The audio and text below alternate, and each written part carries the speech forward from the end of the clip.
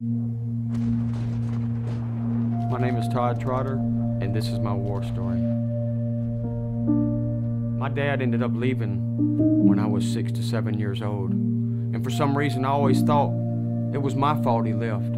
Who was I to want to become like? Who was going to teach me? And so as a kid, I grew up with feelings of being worthless and just being no good. And as a kid, I used to hang out at friends' houses.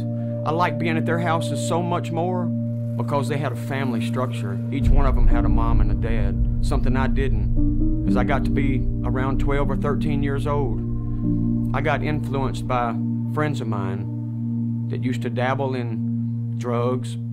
I tried these things and I liked the way they made me feel because it was an escape from reality. My mom loved me and tried to teach me good things, but I was just simply disobedient. That messing around with drugs when I was a teenager eventually led to harder drugs. I ended up going in and out of jail and acquiring 10 felonies.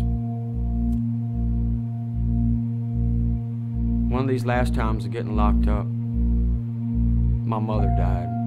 And my mother was all I ever had, no matter what money I made and spent on dope, that my mom would always have a place for me to lay down. But after she died, getting out of jail that time, I became homeless. I lived under a bridge in Nashville. I flew a sign, and I literally ate out of garbage cans for food. To me, that became a bottom, because I had always had at least a home to stay in. Well, I got locked up once again for violation of probation. I woke up in my cell, and it wasn't anybody in my cell but me, and there was a Bible on a steel bench beside me. And it was like God literally speaking to me.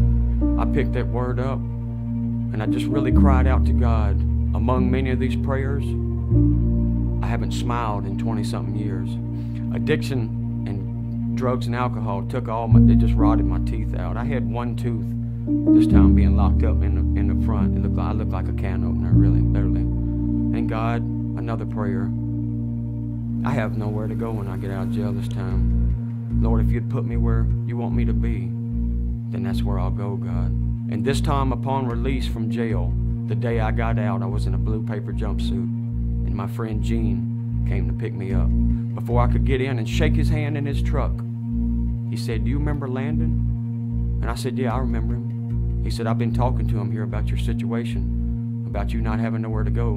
And believe it or not, he's a counselor at this place called Warrior Ministries." Well, I make it into the ministry, and I'm there and I find out that they get to work with their hands on different jobs to help fund the ministry. We were working on a job, and I met this lady named Karen. I noticed she had 4 children, and I learned that their dad had committed suicide. And I was working on her house, and I looked down the yard, and something hit my spirit. I said, "God, is that somebody you would have for me?"